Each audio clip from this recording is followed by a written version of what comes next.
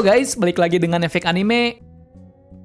Hari ini kami akan membahas karakter kuat pada tahun ini.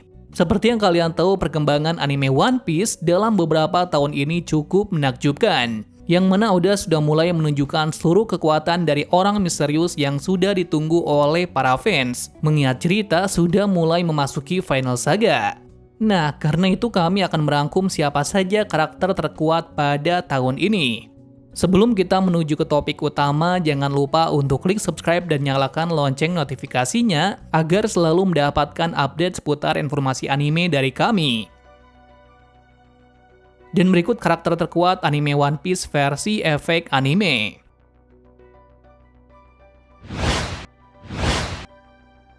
Rayleigh.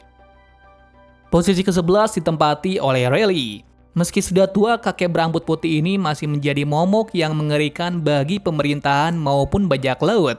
Yang ditakuti oleh semua orang mengenai Rayleigh saat ini bukanlah fisiknya, melainkan adalah kekuatan hakinya. Dimana meski sudah tua, kekuatan hakinya juga masih gila. Bisa dikatakan masih full power, namun staminanya tidak mencukupi untuk bertarung lama.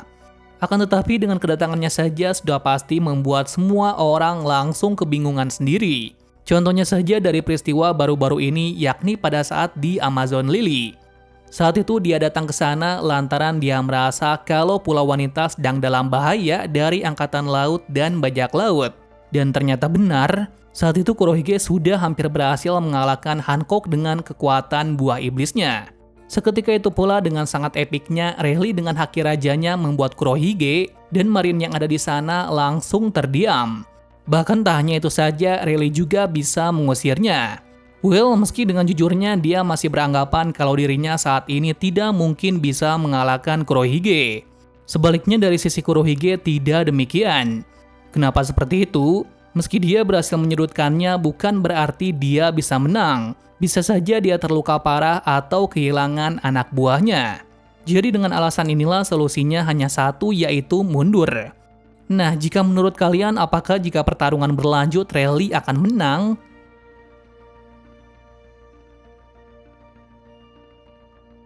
Jesus Burgess. Posisi ke-10 diisi oleh Burgess.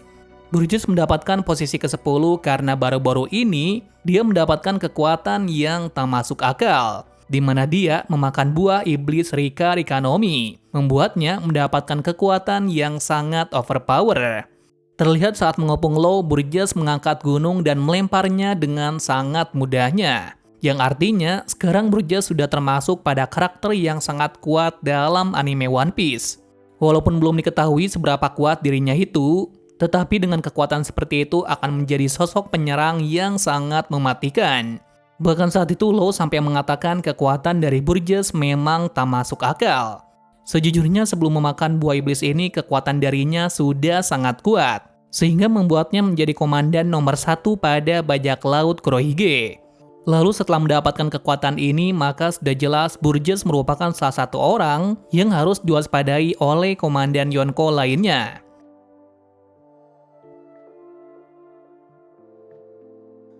Sanji.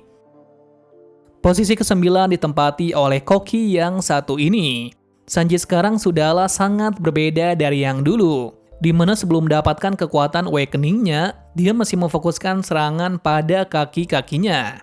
Walaupun begitu, Sanji sudah sangat kuat dan mematikan. Tetapi setelah kekuatan terpendamnya bangkit, Sanji sudah di level yang sangat berbeda juga, di mana tubuhnya menjadi sekeras baja mirip seperti saudaranya. Tidak hanya fisik dan serangannya saja yang bertambah, regenerasinya adalah salah satu teknik yang sangat spesial dari Awakening Sanji. Yap, tepat sekali, Sanji yang mendapatkan luka parah seperti beberapa tulangnya hancur, dengan sekejap pula luka itu langsung sembuh. Yang mana hal inilah yang membuat kami yakin Sanji bisa berada di posisi ini.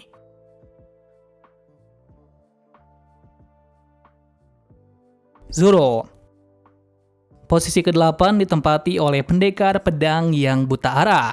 Mengapa posisi Zoro di atas dari Sanji? Alasannya karena Zoro lebih kuat sedikit dari Sanji. Hal ini didasari oleh kekuatan dari mereka berdua yang ditampilkan di Wano. Meskipun Zoro tidak memiliki ketahanan tubuh seperti Sanji sekarang, namun ketahanan tubuh yang dimiliki oleh Zoro juga sangat gila. Misalnya seperti menahan luka dari Luffy di Thriller Bark. Lalu pada saat Wano Kuni, Zoro harus menerima 2 serangan combo dari 2 Yonko yang dikategorikan tidak masuk akal. Meskipun sudah menerima serangan yang mengakibatkan beberapa tulangnya patah, Zoro masih tetap bisa berdiri melakukan serangan. Namun akhirnya ketahanannya itu hancur setelah menerima Thunder Bagua Kaido yang pernah membuat Luffy pingsan. Dari sini saja sudah jelas bahwa kekuatan dari Zoro sudah selevel dengan Sanji, walaupun Zoro tidak bisa meregenerasikan lukanya. Tidak hanya ketahanan fisiknya saja yang kuat, namun kekuatan Zoro berfokus pada pedangnya, di mana saat menggunakan Enma, dia berhasil menebas Kaido sampai membekas. Tak hanya itu, dengan Enma dia bisa mengalahkan King dengan 1 tebasan mautnya. Well, dengan fakta ini sudah jelas bahwa Zoro sangat cocok pada posisi ini.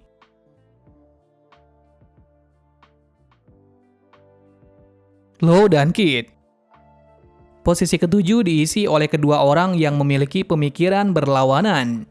Kenapa kami menggabungkan mereka ke dalam posisi ini? Alasan ini mengacu pada akhir-akhir arc Wano Kuni, yang mana mereka bisa mendapatkan pengalaman sekaligus lawan terkuat yang pernah mereka lawan. Kid dan Law merupakan tipe yang tak mau disuruh.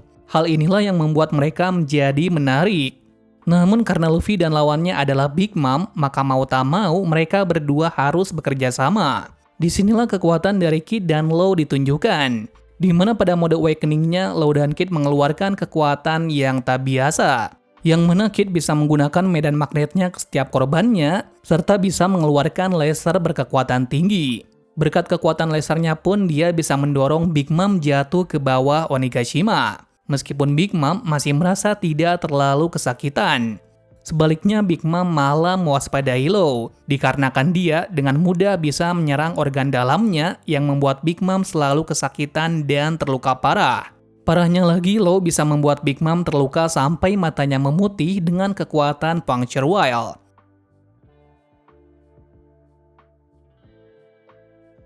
Sabo. Posisi ke-6 ditempati oleh Sang Kaisar Api. Julukan Kaisar Api ini terbentuk pada saat peristiwa yang terjadi kemarin. Dia atau Sabo secara mengejutkan bisa bertarung imbang melawan Admiral, serta bisa membakar bendera kebanggaan pemerintah dunia. Tidak hanya itu, dengan dugaan membunuh Raja Cobra membuat namanya menjadi lebih besar lagi. Akibatnya karena kejadian itu dia bisa dijuluki sebagai Kaisar Api, sehingga membuat rakyat tertindas di kerajaan berani memihak revolusioner. Berbicara soal kekuatan, sudah pasti orang nomor 2 pasukan revolusi ini tidak ada duanya. Dengan kekuatan cakra naganya saja, dia bisa menjadi skuad ini. Namun setelah menjadi pengguna buah iblis merah-merah Nomi, Sabo bisa menggila lagi. Api yang dikeluarkan oleh Sabo berbeda dari es. Terlihat api darinya agak sedikit gelap. Banyak fans mengira kalau merah-merah ini memiliki kekuatan di atas dari es. Kekuatannya itu telah terbukti saat melawan 2 Admiral dengan imbang di Marijoa.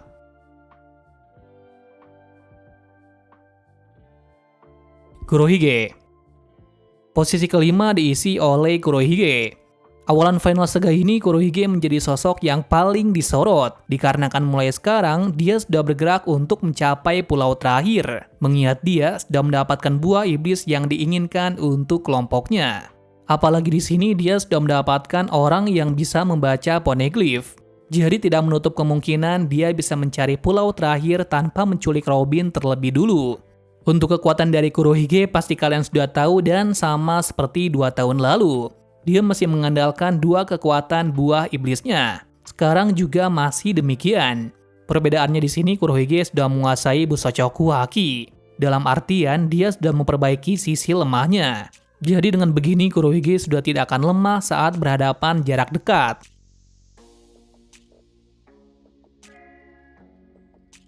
Monkey D. Luffy.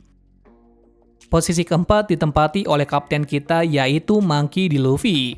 Yonko yang satu ini sudah menjadi momok yang besar bagi Yonko lainnya, dikarenakan dia bisa mengalahkan Kaido 1 lawan 1. Padahal sudah jelas, tidak ada satu orang pun yang berani berhadapan 1 lawan 1 dengannya termasuk para Admiral. Atas kemenangan itu membuat nama Luffy menjadi menakutkan, dikarenakan meskipun tubuhnya kecil, dia bisa mengalahkan makhluk terkuat yang pernah ada. Untuk kekuatannya sendiri masih belum diketahui seberapa batasnya. Satu hal yang pasti, kekuatannya hanya dibatasi oleh imajinasinya.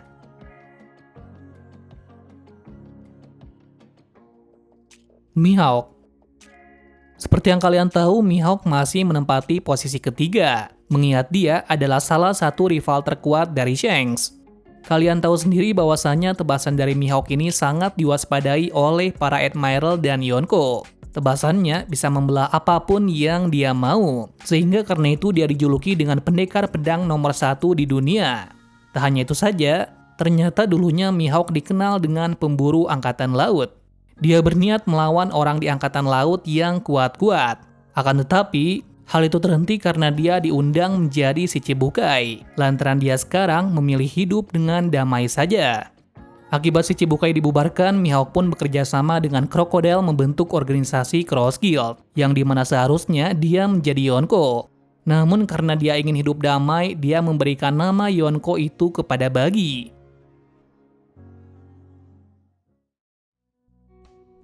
Shanks. Salah satu karakter yang pantas menjadi orang terkuat nomor 2 di anime One Piece adalah si rambut merah ini. Alasan pertama dia bisa berada pada posisi ini karena dia adalah Yonko. Pada cerita akhir Wano Kuni, kita baru dilihatkan kekuatan sebenarnya dari Shanks, yang mana haki rajanya sangatlah mengerikan sekali, yakni Aramaki yang berada di tempat yang cukup jauh sampai merasa kesakitan dan mundur dari pulau ini. Lalu dalam cerita Movie Red, kita dilihatkan kekuatan dari Shanks yang begitu overpower. Bahwasanya dia dikenal dengan julukan Ken Bunshoku Haki, dikarenakan hakinya itu terlalu kuat dan mematikan. Bahkan dalam satu scene kita bisa melihat Fujitora sampai terjatuh terkena haki rajanya.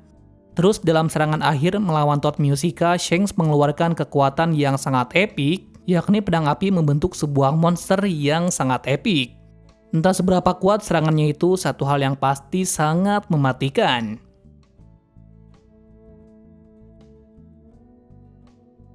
Im Sama. Di posisi terakhir adalah sang raja dunia, yaitu Im Sama.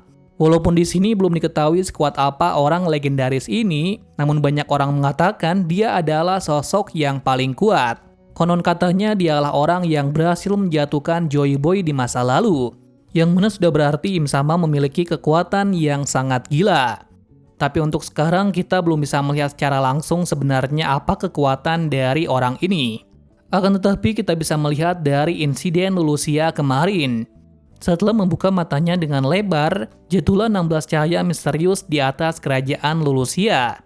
Cahaya tersebut sangatlah kuat sampai bisa menghancurkan kerajaan itu beberapa detik saja.